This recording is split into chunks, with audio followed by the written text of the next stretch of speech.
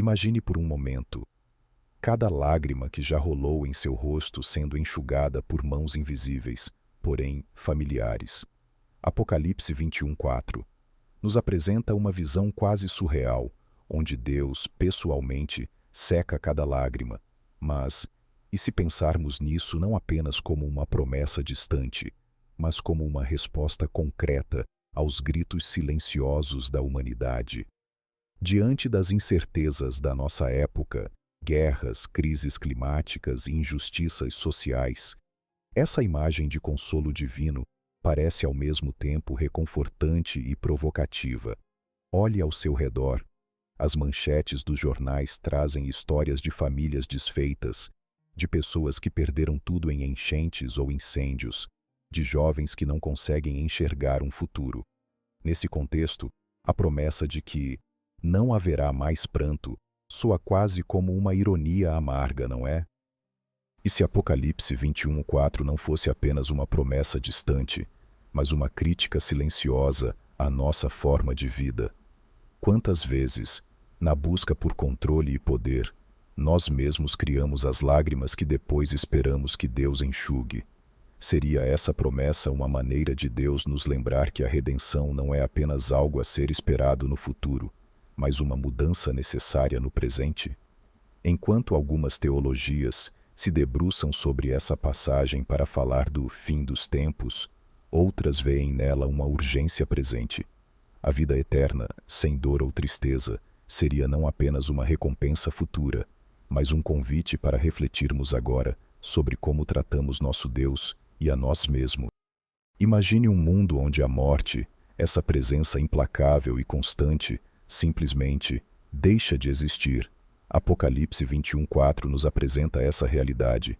A morte já não existirá, mas para quem vive no mundo de hoje, cercado por pandemias, guerras e desastres naturais, essa promessa parece quase surreal, não é?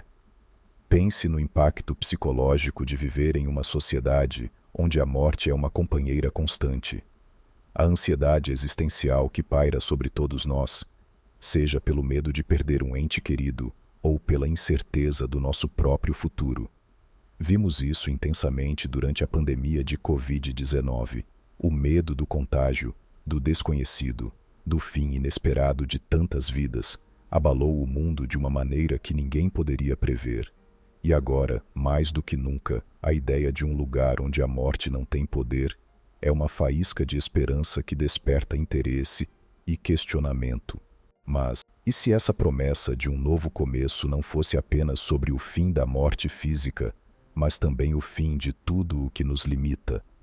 No contexto teológico, a morte é muitas vezes vista como a última inimiga, a representação máxima da separação entre o ser humano e Deus. No entanto, para muitas correntes teológicas contemporâneas, essa separação já começa muito antes da morte física. Estamos falando aqui da morte espiritual, emocional, até mesmo social.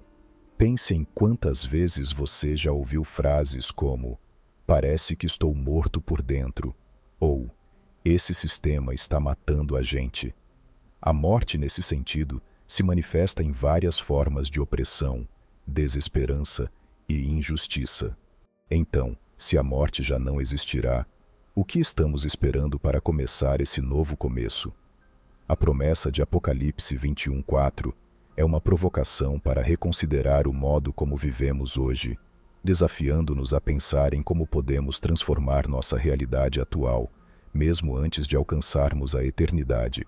O som das lágrimas cessando ecoa na eternidade, mas não é o fim.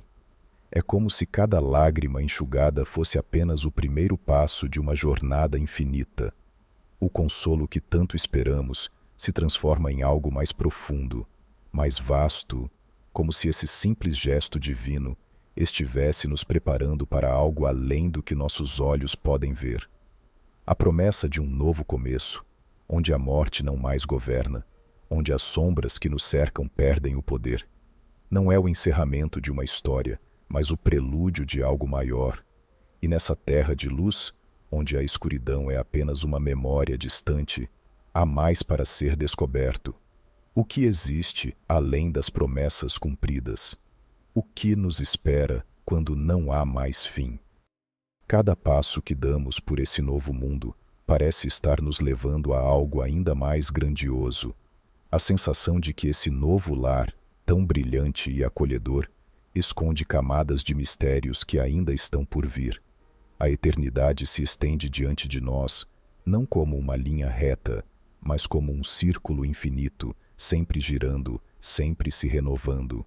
E no coração desse paraíso, onde todas as coisas convergem, surge uma nova pergunta: e se isso for apenas o começo?